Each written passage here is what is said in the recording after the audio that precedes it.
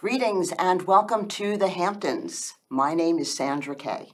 I am delighted and I'm honored to introduce you to my guest today, Haim Mizrahi. Haim is the essence of creative expression. He shares his love of life, of hope, of freedom, and community. He is a gifted artist, poet, musician, and host of his own TV show here at LTV, Hello, Hello, which has been airing since 1980. Welcome, Haim. Hello, hello. Thank you. I'm so psyched to be here. It's like on the other end of the reality of public access. So I'm relieved to sit here. Very nice. Well, it's a pleasure. But thank you so much. It means a lot to me. Yes, to me too. So Haim, I first wanted to just take a moment between us to recognize a beautiful woman, a talented woman that we all worked with, and that she actually was the reason we met one another. That's correct. Joanne de Simone. Yes. Joanne had her own show here, Notes and Notions from the Writing Desk. I know she was a guest on your show many times, writing poetry, and you even have your own book. Yeah, this is a fantastic book that consisted of poems that we actually wrote live while we were kind of conversing and interacting. Yes, very lovely. Rest in peace, Joanne. We love you and thank you for all great that force you've in done. my life and left a huge mark. Actually, it's been a while, but it's not even one day that goes by without me thinking of her at least a couple of times. Oh, that's beautiful. Yeah. Wow, very nice. Well, Haim, I'd like to get to know you a little better, if I may. You were raised in Israel. You were born and raised in Israel. Yes. Can you share with us what that was like, let's say 30 years ago, for argument's sake? Yeah. Well, I'm a third generation in Jerusalem. Okay. And my grandfathers, they immigrated from Turkey to Israel and set up shop in Jerusalem. So I'm a pure product of Jerusalem. I always call myself an Israeli Banneker. Okay. Because I'm short of not being born in Southampton Hospital.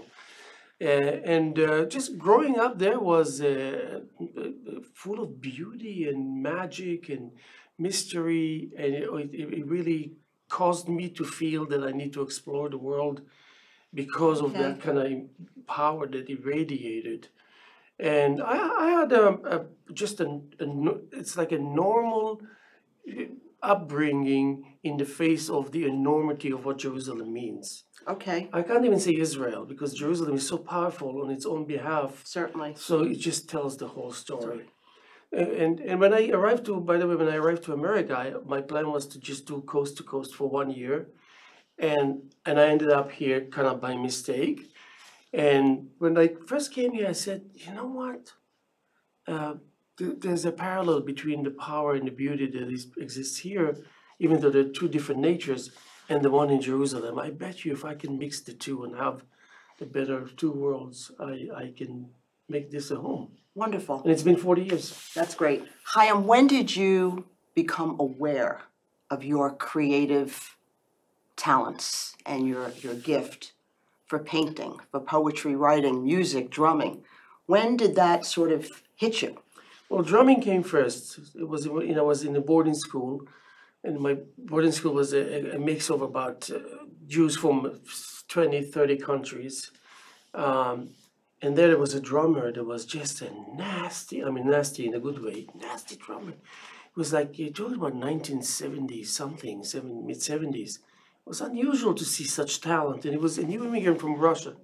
And he was only 15. Okay. And I just looked at him and I said, this is out of this world, I want to do this. So I started drums, and drum was the first. My family is a family. And you continue to still drum? Yeah, oh yeah. Yes. Definitely. And you use it in your painting as well? Absolutely, by all means. I come from a family of poets. My father used to write poetry. My sister was really big on poetry. And I started poetry because my sister dared me one day, and the rest is history. And she became my greatest fan. And painting is in '97 really. My first invitation went out. I think I'm a late bloomer. No aspirations, no evolutionary process. Suddenly, I just found myself painting. Okay. And my girlfriend then realized it, And she didn't even ask if I should or shouldn't. She did everything for me, technically speaking. She said, you keep on painting, I'll get the space, it will be magic. And she was right. But now I indulge in three mediums, and I became so good in cross implementation. You take for example, most of my art is called music sheets. I cannot separate the rhythm when it comes to music, especially as a drummer, from what the composition on the painting dictates, or the painting to become. Poetry is the hardest, is because it's just a crown. It kind of lingers around. Yes. And I realized it early enough. I created my style through the struggle of me facing the language, even if it's a language that I'm very familiar with. I felt so impotent I was like feeling completely high when it was in my head. But once I started writing, I realized I'm reduced to nothing.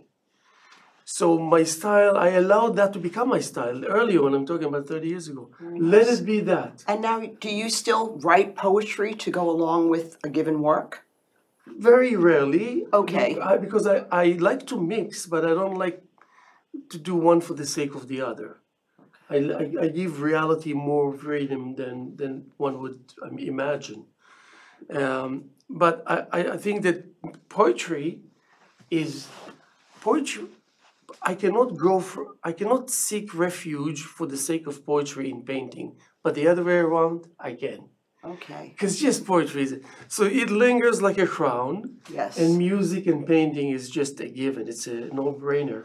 Beautiful. So now when you sit down to create a work of art, as when you sit down in your show, do you have a vision that you start with and then allow it to evolve? Or do you sometimes just wake up in the morning and take out a canvas and start to paint? Two different questions there. No, it's a great question, and it's like there's so many ways to answer this question. I'm more like I only need to know that I'm capable.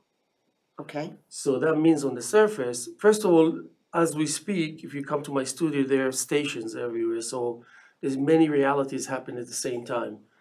And that's the only way I can create better art, is by knowing that I have many sources that are But do you independent. start with a thought and then sometimes the work of art becomes something totally different? I never really know what I'm going to do unless it's a chain reaction, because I'm creating 30 paintings.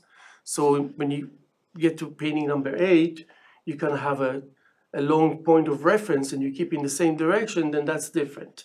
So you know actually that you belong to this zone until you complete the amount of paintings that you want, or the story.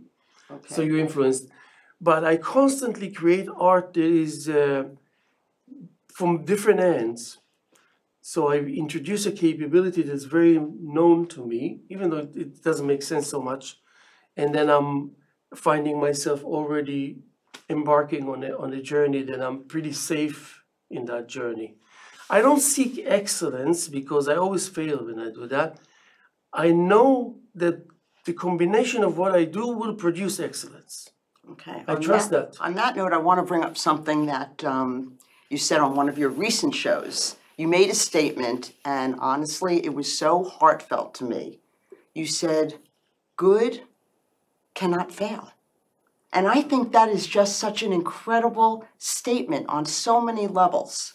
Beautiful. Yeah, and nothing negative will come out of goodness. Nothing negative. What a great, great statement. Yeah. That's fantastic. That's why I give examples, by the way, of the concentration camps, especially Auschwitz. There were a lot of stories. There were villains and killers that were something else in their previous life, in their private lives, and became aware of that one of the inmates is, let's say, a famous pianist, and they worshipped him in years past, and how it really humbles even evil itself, and maybe even prevents from evil to begin with from erupting. It's unbelievable. Haim, I want to bring up another subject. I've been watching your shows, and you begin your shows with gratefulness for public access TV. Yeah. how appreciative you are of that Yeah. forum. And that is AKA LTV. Yeah, of course. So having said that, what is it about having your own show that is so meaningful to you? And at the same time, why do you feel it is so important for the community at large? Well, you know what? My first encounter was in 1987, and I bumped into Fraser Dougherty. And since then, can you imagine spending that many years with Fraser Dougherty? It's just too crazy to bear. He's a huge individual, a huge posture, you know? And it was pretty repetitive all these years. He was repeating things, and I never understood why he repeats things that are just everything is so obvious. So why you keep on repeating? And that was his strength. And I adapt that. I adapted it to my life. I see. Public access is so. At first, it was, in Jerusalem, whether you believe it or not, before I left Israel, the authorities in Jerusalem encouraged people to wire neighborhoods themselves to show neighborhood TV, which was public access. Yes. Eventually, it became official, and they did great. But in the meantime, they wanted the people to indulge so much that they allowed them, the city allowed you to wire your neighborhood between the neighbors. Sometimes it can be 300 families. It's a big deal. So that concept was familiar to me. Of course, when I came to LTV, it was the old facilities and all this. This particular show, if you watch my show, it's Fraser's show. You know, he from 1980. Yes, but you've obviously taken it over, and to me, your stream of consciousness when you're speaking, and you speak for an hour on your show. I'm glad you listened. Of course I did. It's mesmerizing. It's really very, very interesting, and you really have to listen. You have to listen because your mind does work on so many levels. Yeah. And you can feel it, see it, hear, when you watch the show. Yeah. That came out of necessity because then sometimes my guests won't show up. I'm talking about maybe 20 years ago, something, 15 years. And I was like dumbfounded by what am I going to do? Interesting. And so I said, let me see if I can, if I can just verbalize my thoughts, whatever. It was okay for about 10 years. I think I improved a lot in the last right after COVID, when we reintroduced ourselves to society. I realized that this will be my fourth medium. Okay. Because we got three mediums. Yes. Once I make it officially a fourth medium, it doesn't have the powers that it has when it's just a medium in itself. Now it belongs to a group. It has to be more humble. So I have less challenges and more authority. So it's like I tell the speech to behave itself. Because the speech itself already But there too, like a painting, do you start out in the morning with a vision or a thought of what you're going to be talking about for the day? Or do you wake up sometimes when you don't have a guest and just put on your microphones, hear the music, and then just start to speak based upon what's in your mind at that given time? The leader is the opening. The opening is pretty much the same. The public access since 1980. Yes. And afraid not to fail to mention Fraser Dougherty, Francis Ann, this rightfully so, and his followers. Yes. These followers I kind of extended like you out there, that you don't even know how important you are in this, and your contributions is ongoing while you don't think there is any contribution on your behalf. And that gives me, let's say, 1,000 options. Let's say I explored 100, I have 900 left without worrying what to say afterwards. Great. So by throwing the relevance of the importance of that concept, then it becomes a given that we can talk now about freedom and about self-awareness and about society and about the system as opposed to you and vice versa, and about art and about how these forces against all the other entities that exist there abundantly. And suddenly you hearing yourself and you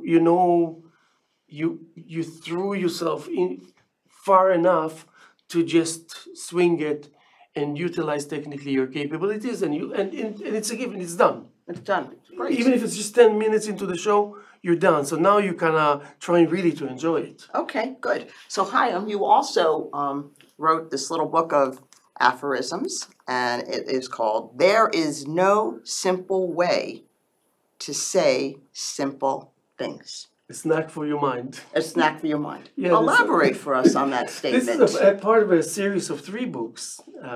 Each one had a different snack. Okay. One, it was like a baby carrot, a pistachio. Here we have a pretzel. Yeah, pretzel. We started with it because my girlfriend then and I, we loved pretzels. Okay. So we said, it's got to be a pretzel. That's right. But this was a typo. The Really? original, no, I mean, what happened is the typo, and then we made it officially the title. There's no simple way to say clever things. Okay. And I don't know who made the But mistake. I do think you're right. There is no simple way to say simple things. Absolutely. So Nothing when is that the simple. mistake was done, we rushed to correct it, but we quickly enough stopped and said, no, that makes sense. Okay. Because the material was already written. Yes. Great. So, but this was a very exciting period in my life, and I was supposed to kind of be able to, but I self-published it, and it's always a downfall to self-publish. Yes. So, 2 other But aphorisms. to mention that this is 27 years old. Really? Oh, Well, 30 years talk old. about apropos. And these are the earliest paintings of mine there. The earliest. Well, I'm going to read 2 others. Okay. Peace, I'm going to change the mood a little bit. Peace cannot exist without war. That's a pretty heavy statement, if you think about that. And the other one is, a breakthrough is a ceasefire between you and your obstacles. And of course, we can talk about that relative to our world today and what's happening in Israel, Hamas, Yeah, oh yes. Ukraine, and Russia, and there is no peace without war. That's a pretty heavy statement to think about. Yeah, by all means. But as deep as it is, it's also very kind of straightforward, simple, It's facts of life, so to speak. When October 7th happened in Israel, my sister called me, and she called me, and we talked while it was happening. They were like the first hours. And it was, and she was terrified. And she was terrified because she saw uncensored footage on TV of the actual terrorists, something. And I said, my sister, she's so strong. What's going on? So in order not to freak out for the first few days, as far as the Holocaust, there's no book that was written on the Holocaust that I didn't read, including all of Martin Gilbert, extensive. So I immediately realized that much worse than that happened already, for sure, 1,000 million times over, okay? There was one person in Auschwitz that killed 85,000 people with his pistol. And he made a list of all of them, okay? That's point blank, okay? So it's like, first of all, I said, I know of much worse than that, and this is relating to the Jewish people. And I know from my experience, why are we so surprised? There's no room for surprise. No room for surprise. This was anticipated. This should have been kind of, and when the system fails, even for a second in Israel, you need to be complacent only for a couple of hours in order to suddenly find yourself almost being annihilated. It's crazy. Crazy. So That's why the Israelis are so strong. Yes, It's tough-minded people. I wanted to be distant by it by choice, even though I have compassion towards anyone who gets killed. Do you think the Ukraine makes me happy? I feel for these people. They suffer. They're like, just imagine waking up one morning and suddenly Putin with his Russian army at your doorstep. That's crazy. Yeah. And these are enlightened people, the Ukrainian people. They're intelligent, the European-like, they're sensitive. They went through their horrors in the Second World War. And they were fighting also the old system, the anti-Semitism in Ukraine. It was incredible in those years, but the new generation fought it. Right. And managed to prevail in introducing an enlightened version to the world. So suddenly that, and in Africa, all over in Latin America, people suffer everywhere. So I don't Let's know. look forward to peace, Yeah, of course. which will never come. We have to accept this fact. In certain concepts, certain areas, it's just an impossibility. Well, we live a life. We've been fortunate here in the United States, of Correct. course, that we really haven't seen or experience what some other places in the world But it have. will take more than business as usual attitude to maintain this reality here in America, which Yes. is incredible. So we need that education more than business education or art education. This first and foremost, I think. Let's kind of take a deep breath, and suddenly we're all artists. Yes. We wake up one morning and we look at each other, and I say, "Remember, I told you years ago, you yes. got everything it takes. Now look at you, Right. look at you." Yes. But creative expression is a wonderful way to live, as you do, where you're enjoying your art, you're enjoying your music, your poetry. Constantly. And having said that, Haim, can you share with us what we can look forward to in the months ahead, the spring and the summer? I know you must have many exhibitions that we can look forward to seeing your beautiful work of art. First of all, the exhibitions here at LTV are ongoing for 26 years that I curated. And we have, at least for the next 5 months, great shows coming up. The women's show in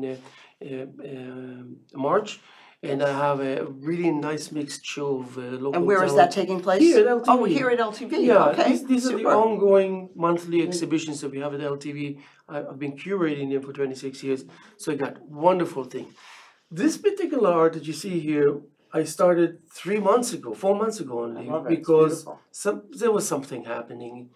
We played a game, some artists and me, and we had like a bet, and I started, and since then, I'm just in a frenzy of creation. Suddenly, What was the bet about? That the bet was... This is very colorful, it's very happy. Yeah, this is... It's amazing. This was one of the earlier ones, meaning 3 months ago. But if you were to see what I created like last month, it will be completely different.